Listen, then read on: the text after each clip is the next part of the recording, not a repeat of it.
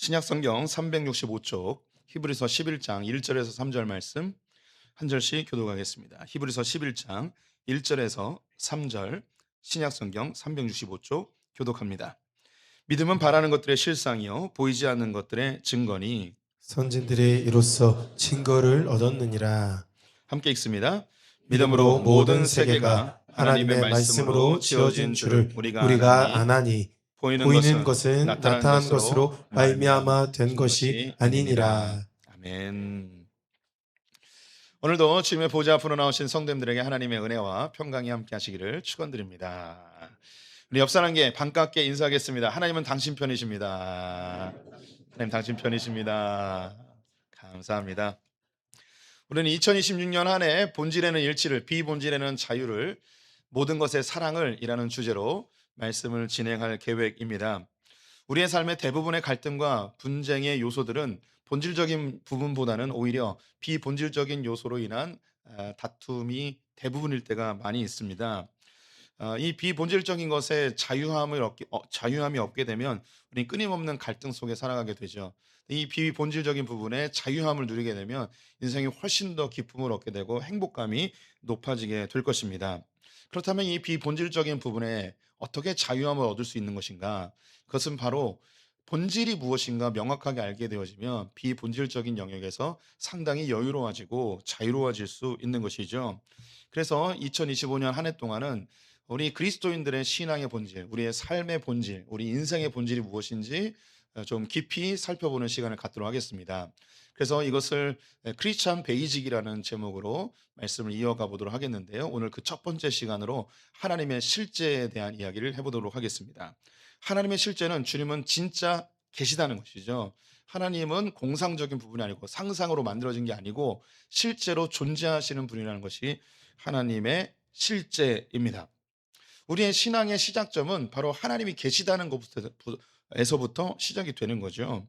우리가 신앙생활하는 거, 예배드리는 거, 헌금하는 거, 기도하는 것, 교회에서 섬기는 그 모든 것들이 하나님이 계시다는 것을 기정사실로 하고 진행이 돼야 되는 거죠.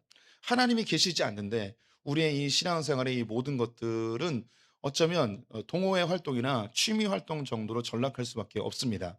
우리 여기 계신 모든 분들이 하나님이 계신 것을 다 믿고 여기에 예배에 참여하신 분들이죠. 하지만 종종 이 예배에 오는 것이 하나님이 계시다는 걸 믿기 때문이 아니고 때로는 뭐 사람을 만나기 위해서, 어떤 분들은 가정의 평화를 위해서 오시는 분들도 있을 거예요. 그런데 괜찮아요. 하나님께서는 어떤 이유로든지 주님의 울타리 안에 들어오는 것을 너무너무 좋아하시고요. 또 이 안에 머물다 보면 하나님이 정말 살아계시는구나, 주님이 계시는구나 라는 것을 실제로 경험하고 깨닫게 되는 순간이 분명히 올 것이기 때문입니다. 하지만 우리가 누군가를 대하거나 또 신앙생활 과정 속에서 정말 하나님이 계시는가? 하나님이 살아계시는가? 이런 의문이 들 때가 있습니다. 물질 세계를 살아가다 보니까 눈에 보이는 것에 집중하게 되고 보이지 않는 하나님에 대해서 자연스럽게 의심이 들게 되기도 하죠. 뭐 믿지 않는 가족의 구성원들에게 함께 교회에 가봅시다. 혹은 친족들이나 친구들에게 우리 예수 믿어봅시다라고 이야기하면 그들이 이야기하는 많은 공통된 대답들이 있어요. 그 중에 제일 많은 대답이 뭐냐면 그 하나님 내 눈앞에 보여주면 내가 하나님 믿어보겠다고 이렇게 이야기하는 분들이 있죠. 아니, 그 증명할 수도 없는 그 하나님을 어떻게 믿을 수 있냐고. 나는 과학적으로 입증되지 않은 것은 절대 믿지 않을 거라고 뭐 이렇게 이야기하는 분들이 많이 계시죠. 우리 성도님들도 이렇게 이제 평안할 때 교회를 다니면서 하나님 계시죠. 하나님 찬양합니다. 주님 날 사랑하십니다. 이런 고백을 하기는 하지만 인생의 큰 환난이나 시련을 경험하게 되면 우리는 의심하게 됩니다. 하나님 정말 살아계시는가? 하나님 정말 나를 도와주는 거 맞나? 이렇게 사건이 한 번만 일어나면 우리가 '하나님이 그래도 이 계시겠지.'라고 생각하지만 이게 막 반복적으로 연속적으로, 그리고 내가 내 마음이 도저히 감당할 수 없는 그런 시련을 겪을 때는 '하나님 안 계셔. 하나님이 계시다면 이럴 수 없어.' 하고 하나님의 울타리 밖으로 뛰쳐나가는 분들도 계시죠. 이와 같이 우리는 이 물질 세계에 이 얽매이다 보니까 눈에 보이는 것을 믿으려 하고 과학적으로 입증되는 것을 믿으려 합니다. 또 내 몸으로 실제로 하나님이 나를 도우신다는 그런 체험적인 무엇이 있어야만 믿으려 하는 그런 속성을 다 가지고 있죠.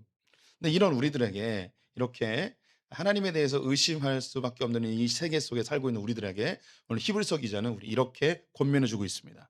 오늘 11장 6절 말씀 함께 읽어보겠습니다. 믿음이 없이는 하나님을 기쁘시게 하지 못하나니 하나님께 나아가는 자는 반드시 그가 계신 것과 또한 그가 자기를 찾는 자들에게 상 주시는 이심을 믿어야 할지니라. 네, 히브리서 기자는 하나님께 나오는 자는 반드시 하나님이 계신 것을 믿으면서 나오라고 이야기합니다. 믿음이 없이는 하나님을 기쁘시게 못한다는 거죠. 더불어 하나님께 나오는 자에게는 하나님께서 반드시 상 주시는 이심을 믿어야 한다고 권면하고 있죠. 우리 성도들이 교회에 나왔어요. 하나님께 나왔다면 우리 믿음을 가지고 이 신앙생활을 시작해야 돼요. 어떤 믿음인가? 뒤에 거는 나중에 또 기회가 있을 것 같고 무엇보다도 하나님이 계시다는 걸 믿어야 됩니다.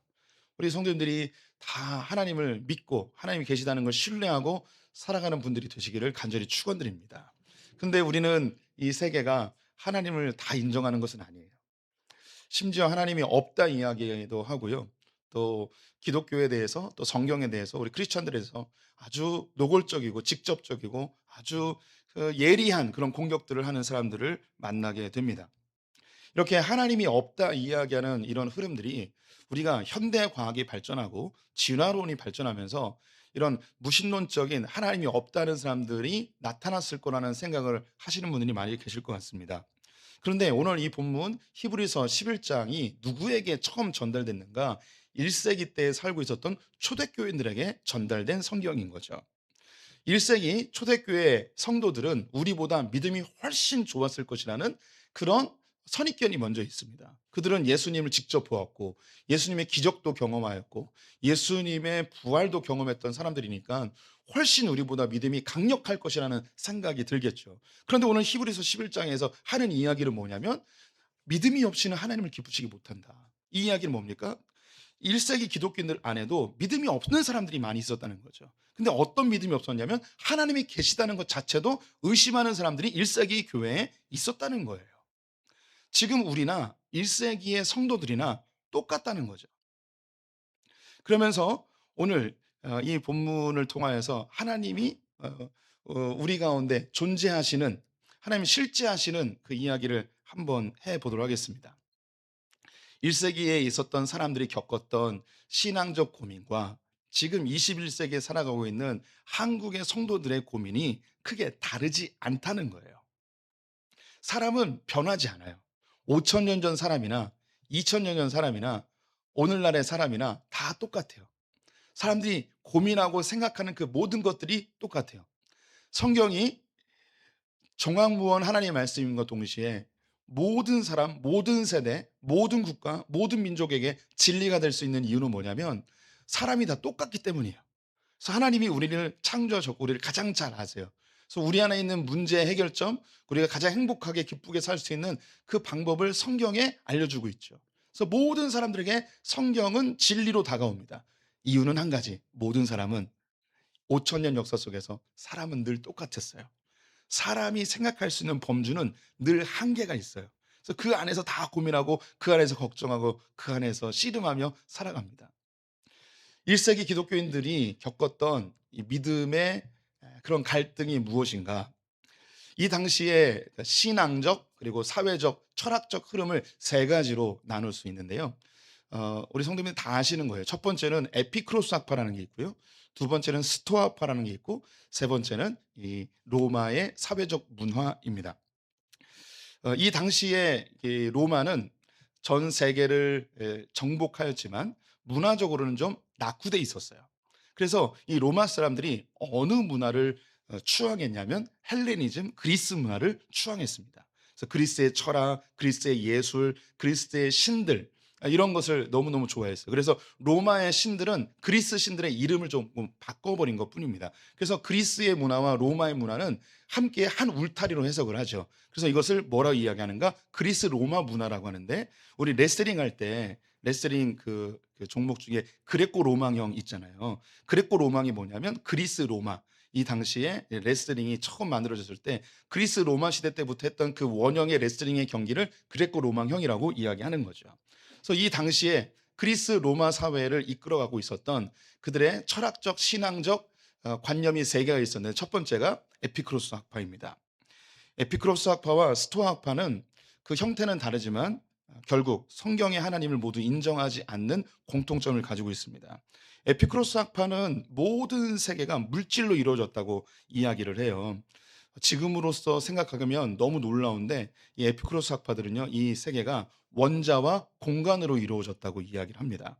우리가 이제 원자라는 것을 이제 과학 시간에 배우죠. 원자에 뭐 분자가 있고 전자가 있고 뭐 이런 거 있는데 그걸 자세히 살펴보면요. 이 원자가 하나 있고 그 옆에 99%가 공간으로 되어 있어요. 그래서 이 세상은 공간으로 이루어졌다. 뭐 이렇게 이야기하는 물리학자들도 있습니다. 근데 이것을 무려 2,500년 전에 그리스 학자들이 알고 있었던 거예요.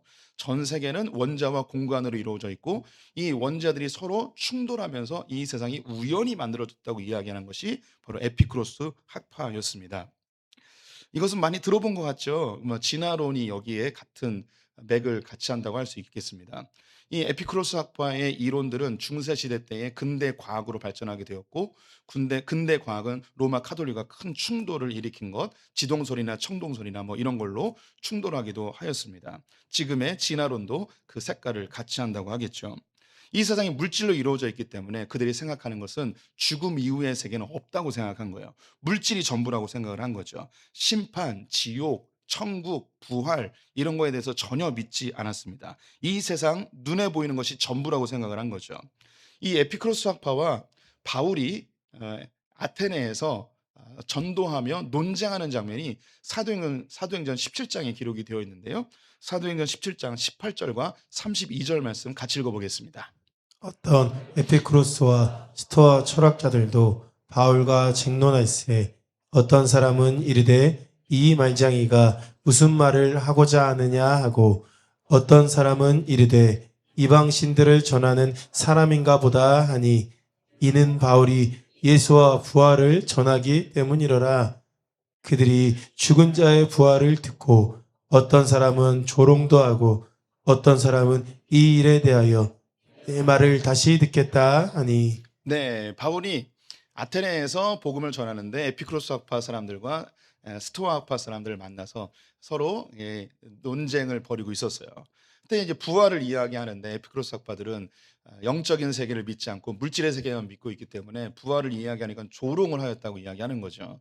이 당시에 로마 사회를 흐르고 있었던 중요한 흐름 중에 하나가 바로 이 에피크로스 학파 물질주의 유물론이었습니다. 이들은 영적인 것 관심이 없었고 눈에 보이는 것이 전부라고 생각을 했어요. 그래서 이 땅에서 행복하게 잘 사는 것이 그들의 최고의 목적이었습니다. 에피크로스 학파는 에피크로스라는 철학자의 이름에서 나왔는데요. 한 번은 한 제자가 에피크로스에게 이렇게 질문했습니다. 선생님, 인간에게 있어서 가장 중요한 것은 무엇일까요? 에피크로스가 이렇게 대답을 했습니다. 오늘 저녁에 무엇을 먹느냐가 신들이 무엇을 하느냐보다 더 중요하다. 이 당시 그리스는 뭐 제우스나 뭐 헤라클레스나 뭐 우리 신들의 이름을 많이 알잖아요. 그 신전에서 열심히 제사하는 것을 삶의 중요한 요소로 생각을 했어요. 그런데 눈에 보이지도 않는 저 신들에게 저렇게 제사하는 게 뭐가 그렇게 인생에서 중요하냐. 우리에게 정말 중요한 것은 오늘 저녁에 무엇을 먹는가, 오늘 하루를 어떻게 사는가, 이게 훨씬 더 중요하다라고 이야기하는 거죠. 눈에 보이지 않는 세계보다 현실 세계가 훨씬 중요하다고 이야기하는 에피쿠로스 학파. 또 에피쿠로스 학파의 그 철학자들에게 누군가 이렇게 물어봤어요. 당시 그리스 신들에게 열심히 기도하던 그런 문화 속에서 당신들은 왜 기도를 하지 않습니까? 라고 했더니 그들이 이렇게 대답했습니다. 신이 있다면 완전할 텐데 완전한 존재가 우리 문제에 신경 쓸 리가 있겠느냐? 신이 있다고 해도 나랑 아무 상관이 없다. 신들 우리의 삶에 뭐 개입할 수도 없고 신은 신이고 우리는 우리고 이제 우리가 이 땅에서 배부르고 등 따시면 그게 최고의 행복이다 하면서 이렇게 흘러가는 이 유물론 물질주의가 이 에피쿠로스 학파이죠. 어, 두 번째로 스토아학파라고 있었습니다. 스토아학파는 이 에피쿠로스 학파의 반대의 위치에 있었는데요. 눈에 보이는 세계, 이거보다 이 눈에 보이는 세계 위에 있는 더 큰 개념의 어떤 원칙과 질서가 있다는 거예요. 이 스토아학파 사람들이 자연을 보니까 그냥 눈으로 보이는 것 말고도 뭔가 어떤 보이지 않는 질서에 의해서 운행된다는 걸 알게 된 거예요. 뭐 눈에 딱 보면 봄, 여름, 가을, 겨울이 규칙적으로 돌아가는 것, 또 물의 순환이나 이 세상에 있는 모든 것들이 어떤 질서 있게 움직여지는 것을 발견하게 된 거죠. 그래서 이 모든 세계가 어떤 원리나 원칙이나 질서에 의해서 움직이고 있는데 이것을 뭐라고 일컬었냐면 로고스라고 일컬었습니다. 오늘 교동문에 나오는 태초에 말씀이 계시니라, 여기 이 말씀이 로고스인데요. 성경에 나오는 로고스와 이 스토아파가 말하는 로고스는 그 개념이 완전히 다르긴 합니다. 성경에 나오는 로고스는 예수님을 이야기하는 것이죠. 실제로 능력 있는 말씀. 근데 이 그리스 철학자들은 이 세상을 운영하고 있는 어떤 원칙이나 질서를 로고스라고 이야기했습니다. 이 세상은 우연히 발생한 것이 아니고 합리적이고 필연적으로 존재해야 한다는 거예요. 이 세상에 있는 모든 사물들을 보니까 그냥 있는 게 아니죠. 예, 어떤 목적을 위해서 존재하고 있다는 것을 이 스토아파 사람들이 발견하게 되었어요. 그런데 이것은 창조주까지는 가지 못했습니다.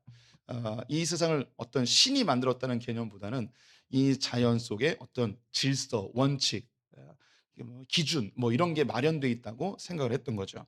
이 역시 바울이 아테네에서 그 스토아파 사람들과 논쟁하면서 그들에 대해서 이야기한 부분이 있는데요. 사도행전 17장 27절 말씀 같이 읽어보겠습니다.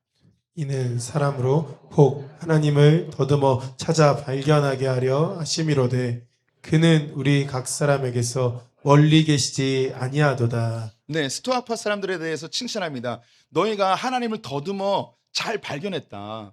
이 세상의 질서, 원칙 이런 게 있다는 걸 너희들이 알게 됐지. 눈에 보이는 게 전부가 아니고 이 물질 세계 이상에서 어떤 것을 운영하고 있는 기운이 있다는 걸 너희가 발견했는데 너무너무 잘했다.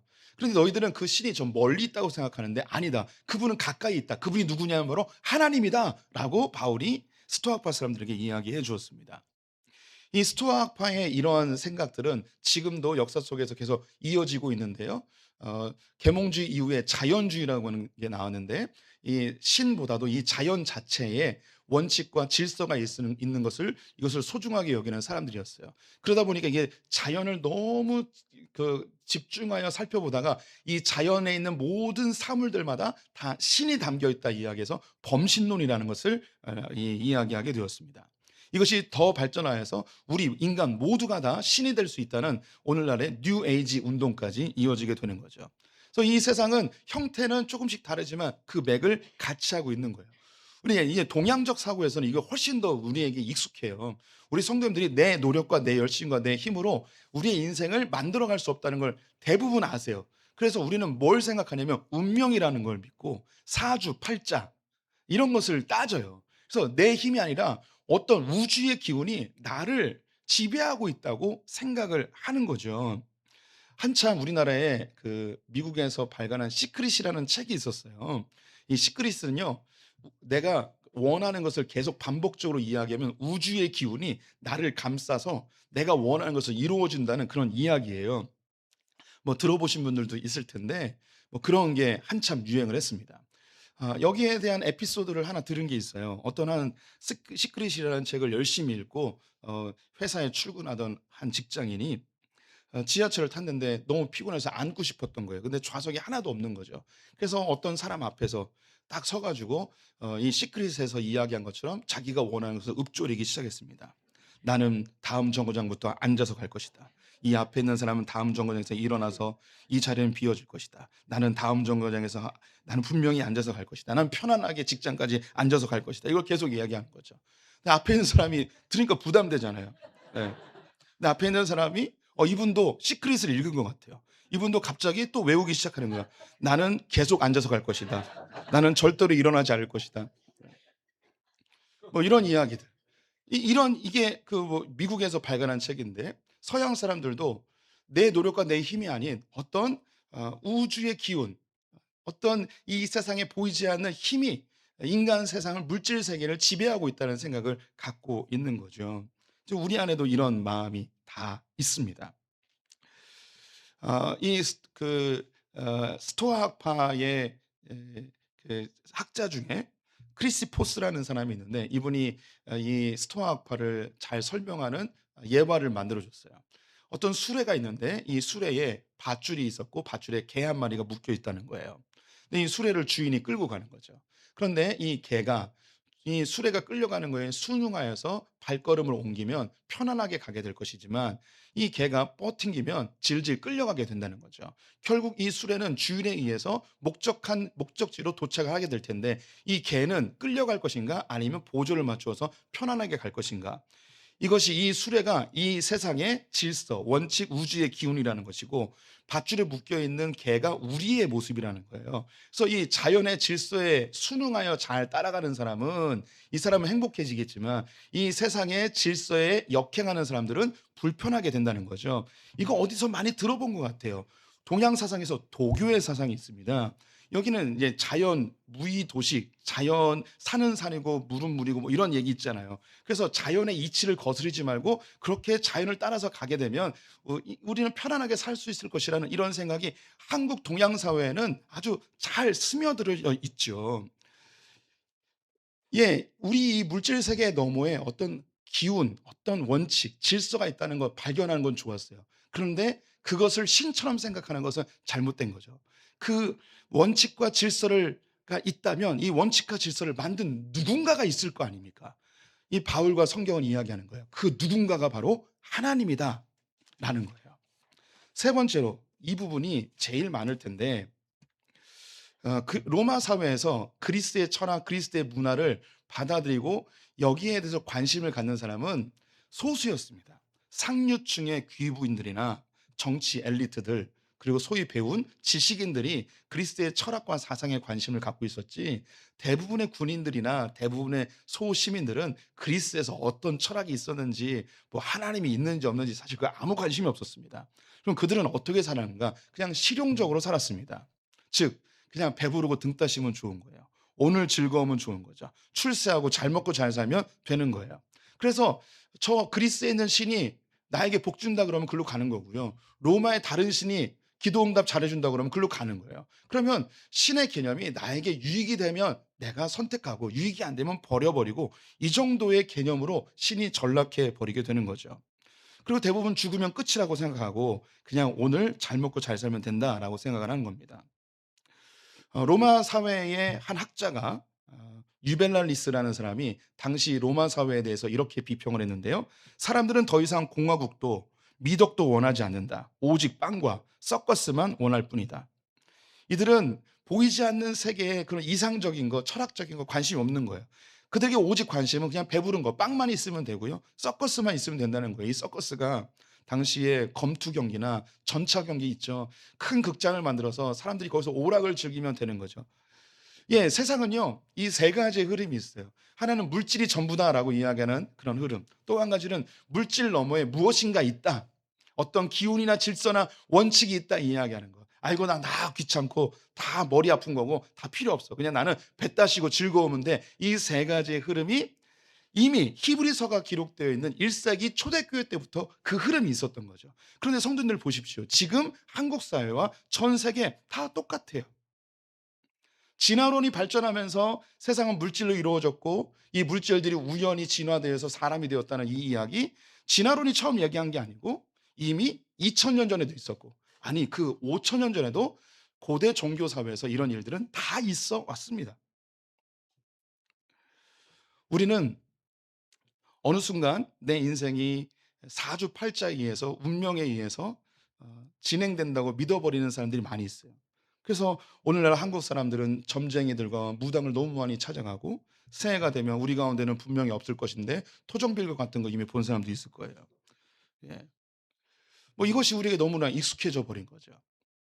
그렇게 우리가 물질 속에 살아가지만 물질 너머에 어떤 기운이 있다고 이미 우리는 다 믿고 있는 상태입니다.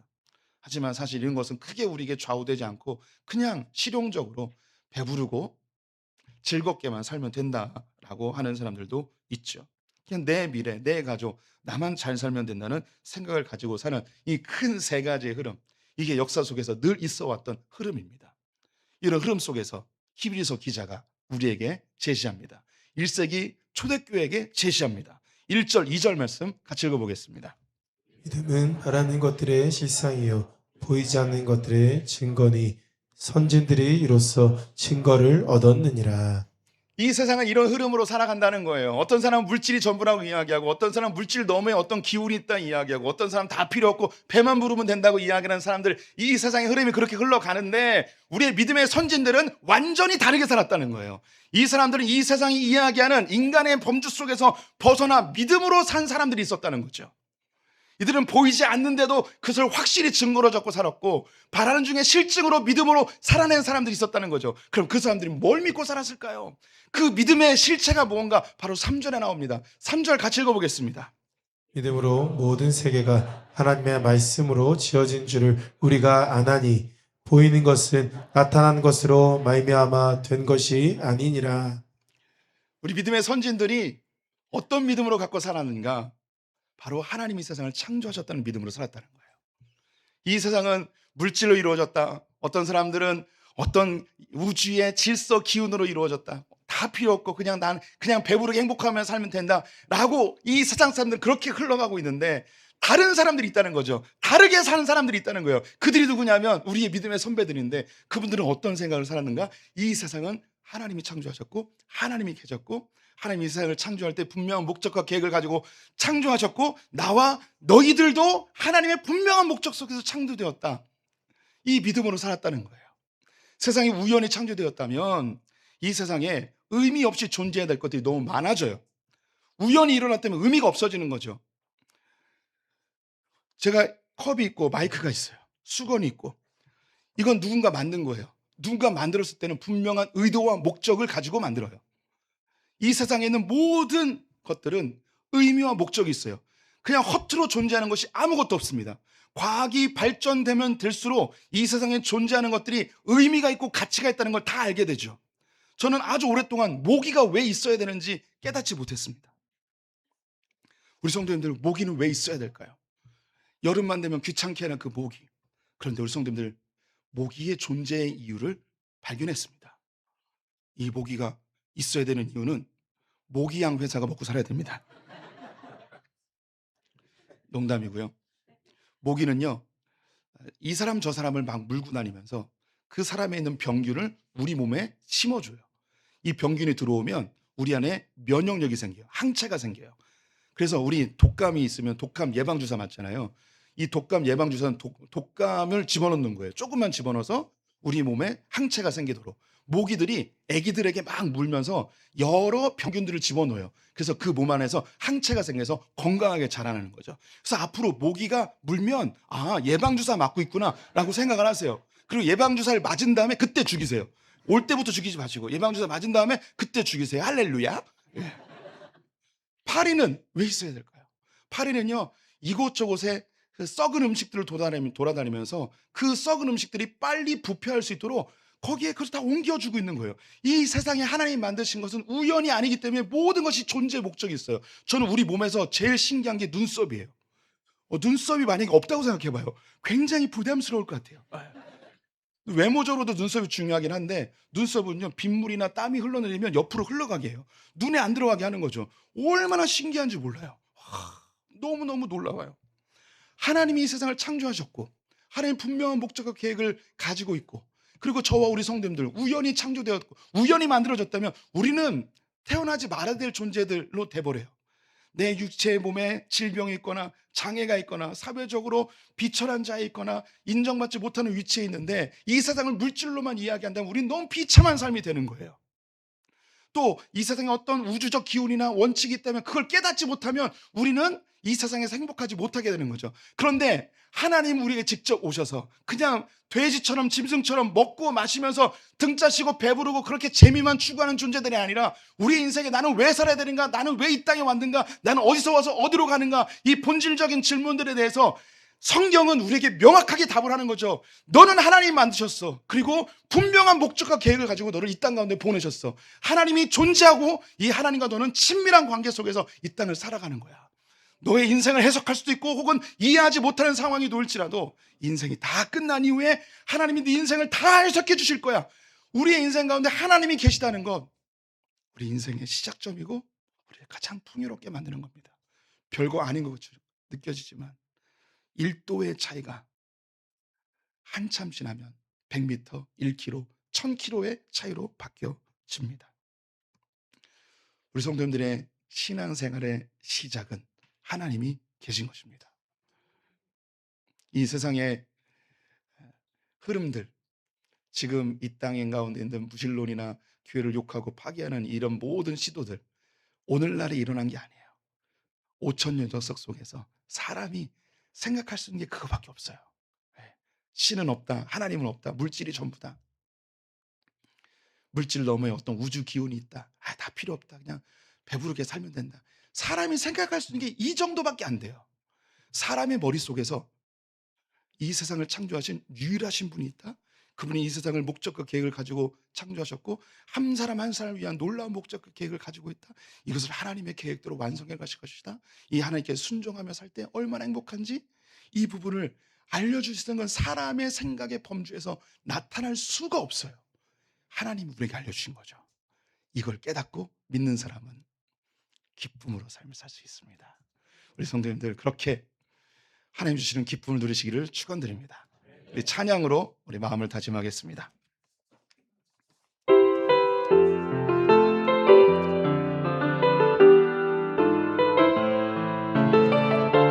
하나님은 지금도 살아서 우리 성도님을 위해 일하고 계십니다.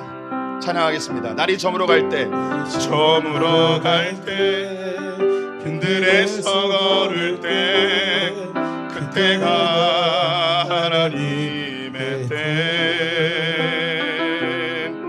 내 힘으로 안 될 때, 빈손으로 걸을 때, 내가 고백해 여호와 이래.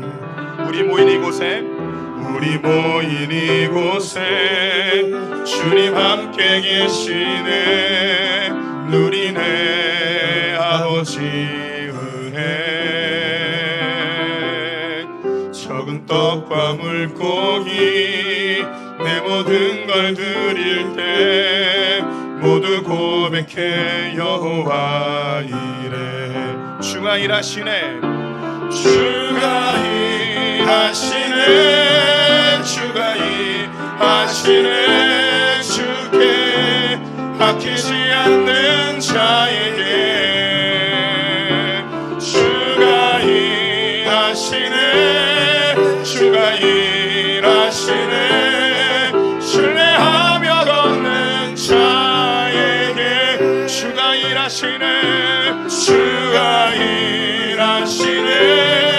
주가 일하시네. 주께 아끼지 않는 자에게 주가 일하시네. 주가 일하시네. 신뢰하며 걷는 자에게. 하나님 주님은 살아계셔서 지금도 우리 가운데 역사하고 계시는 분임을 믿습니다. 이 세상은 물질로 혹은 물질 너머의 어떤 기운으로 혹은 이 땅에 그냥 잘 먹고 잘 사는 것 정도만 생각하는 것이 인간의 한계임을 고백합니다. 하지만 하나님께서는 우리 믿음의 선진들에게 세상 사람들이 보지 못하는 하나님을 보게 하시고 우리에게 보게 하시니 감사합니다. 세상에 창조하시고 목적과 계획을 가지고 운행하시는 그 하나님이 나의 아버지임을 너무너무 감사합니다. 의미 없는 인생 가운데 찾아오셔서 내가 얼마나 존귀한 자인지 깨닫게 하신 주신 주님 감사합니다. 우리의 일상이 소모적인 것 같지만 하나님 안에 들어오게 되면 이 모든 것이 하나님의 역사로 바뀌는 놀라운 경험을 하게 하시니 감사합니다. 우리 소풍의 성도들 하나님을 신뢰하고 믿음 가지고 승리하는 자들 되게 하여 주시옵소서. 지금은 우리 주 예수 그리스도의 은혜와 하나님 아버지의 무한하신 사랑과 성령의 교통하심이 하나님의 살아계심을 믿고 그분을 찾는 자들에게 상 주시는 이심을 믿고 신앙생활을 결정한 소포의 모든 성도들과 우리의 자녀들 이 나라 이 민족 가운데 지금부터 영원토록 함께 있을지어다. 아멘.